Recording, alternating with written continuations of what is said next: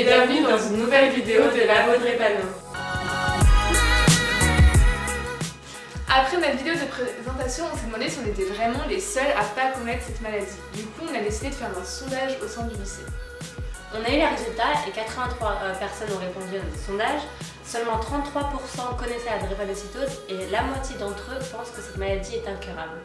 Grâce au sondage, on a su aussi que 5 personnes dans tout le lycée connaissaient un ou une drépanocytaire. Donc on peut voir qu'on n'est pas seulement 3 incultes, mais qu'il y a énormément de gens en France qui ne connaissent pas cette maladie, alors que beaucoup de gens en sont atteints. Grâce au sondage aussi, on a pu poser des questions à une seconde de notre lycée qui est drépanocytaire. Donc voici l'enregistrement de ses réponses. Du coup, est-ce que tu peux nous expliquer en quelques mots qu'est-ce que la drépanocytose pour toi? C'est une déformation en fait, des globules rouges.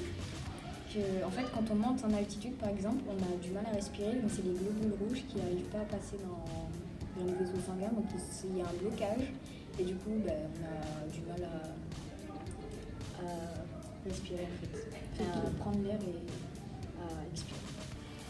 Et du coup, toi, t'es à quel stade de la maladie? Est-ce que t'es très... Non, j'ai pas une maladie très développée, en fait, je suis entre les deux, parce qu'il y a les S et les C.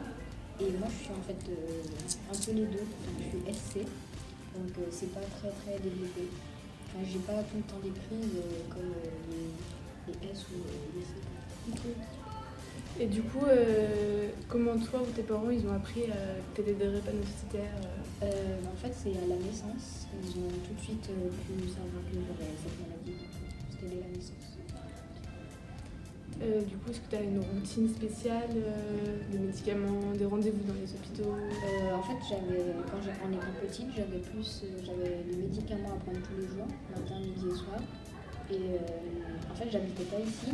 Et depuis que je suis venue habiter ici, en fait, je me suis habituée à une hygiène de vie. Enfin, j'ai pris une hygiène de vie.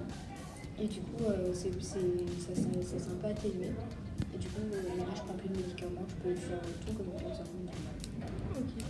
Et du coup, est-ce que tu peux faire du sport? Il y a certains sports que je peux pas pratiquer, comme la course ou les sports de contact et la natation, parce qu'en fait, je peux pas trop rester dans l'eau.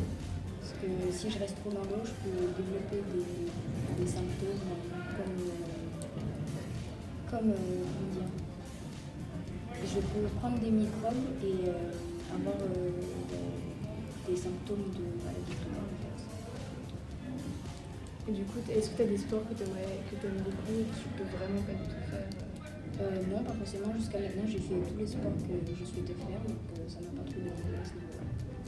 Ok, du coup, tu n'as plus de traitement du tout maintenant, c'est fini?